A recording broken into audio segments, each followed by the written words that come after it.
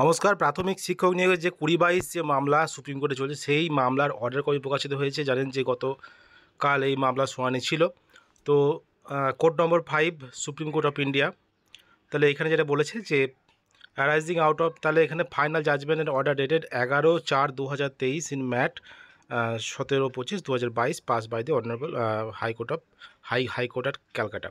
তো এই যে ফাইনাল জাজমেন্ট দিয়েছিল কলকাতা হাইকোর্ট, সেই 11/4/2023 সেই জাজমেন্টকে চ্যালেঞ্জ করে কিন্তু এই কেসটা করা হয়েছে সুপ্রিম কোর্টে। দেখতে পাচ্ছি সৌমেন পাল ভার্সেস শ্রাবণী নায়ক।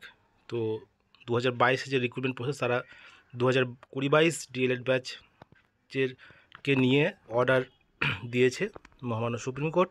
এবং সেখানে কি বলেছে না, সেখানে যেটা বলা হয়েছে যে 2022 যারা ডিএলএড যারা ইন্টারভিউ দিয়েছেন সুপ্রিম কোর্টের অর্ডারের ভিত্তিতে, তাদের মুখপদ্মখামে তাদের যে রেজাল্ট সেটা দিতে হবে। এবং যেটা লক্ষণীয় বিষয় দেখুন যে 15/5/2024 matter will be called on the hearing honourable justice S Bopanna এবং অনারেবল জাস্টিস সঞ্জয় কুমারের বেঞ্চে এই মামলাটি চলছে। বেঞ্চ পরিবর্তন হয়েছে। তো বিষয়টা হলো, যেটা মেন যে পয়েন্ট সেটা হলো 2022 ডিএলএড ব্যাচ 2022-এর প্রাথমিক রিক্রুটমেন্টে তারা এলিজিবল নয়, সেই সংক্রান্ত পয়েন্টে কিন্তু এখনও আলোচনা বা ডিসকাস হয়নি বা আর্গুমেন্ট হয়নি। এটা আশা করা যায় পরের যে শুনানি যেদিন আছে সেদিনে কিন্তু সেই পয়েন্টটা নিয়ে কিন্তু আলোচনা হবে বা আর্গুমেন্ট হবে। তো বিষয়টা মেন যে পয়েন্ট সেটা নিয়ে কিন্তু এখনও কোনো আর্গুমেন্ট হয়নি। তো পরের দিন হবে, দেখা যাক। সেদিন কিন্তু এদিকে দেখতে পাচ্ছেন লিস্ট দি ম্যাটার অন 23/7/2024, 23শে জুলাই 2024 এই ম্যাটারটি উঠবে 2022 ডিএলএড ব্যাচের মামলা। এবং সেদিন কিন্তু সেই আর্গুমেন্ট হবে 2022 ডিএলএড ব্যাচ 2022-এর রিক্রুটমেন্ট প্রসেসে তারা এলিজিবল না নট এলিজিবল। তো দেখা যাক কি হয়। এটাই কিন্তু অর্ডার দিয়েছে।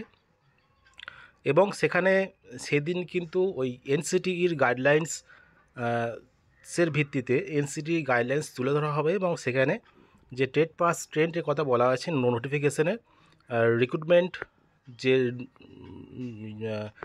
যখন বেরোয়, সেই রিক্রুটমেন্টে কিন্তু টেট পাস এবং ট্রেন্ডের কথা উল্লেখ আছে এনসিটির গাইডলাইন্সে। তো সেখানে তার ভিত্তিতে কিন্তু আর্গুমেন্ট হবে। দেখা যাক কি হয়। 2022 ডিএলএড ব্যাচ হয় কি না, তারা 2022-এর রিক্রুটমেন্ট প্রসেসে এলিজিবল হয় কি না। এবং বিষয়টা হলো লক্ষণীয় যে 2022 ডিএলএড ব্যাচ যদি এই ক্ষেত্রে এলিজিবল হয়ে যায়, সেক্ষেত্রে কিন্তু যে কোনো রাজ্যে বা কেন্দ্রে অ্যাপিয়ারিং ক্যান্ডিডেটরা কিন্তু টেট পাস অ্যাপিয়ারিং ক্যান্ডিডেটরা কিন্তু নিয়োগের দাবি তুলবে, অবশ্যই তুলবে।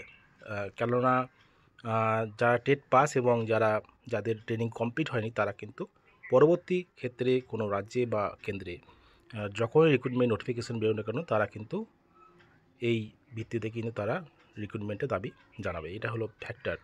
যে কি হবে দেখা যাক।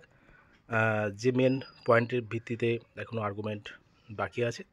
তো বিষয়টা হলো এমনই যে 2022 ডিএলএড ব্যাচ কী হবে সেটা অবশ্যই পরবর্তী শুনানিতে জানা যাবে।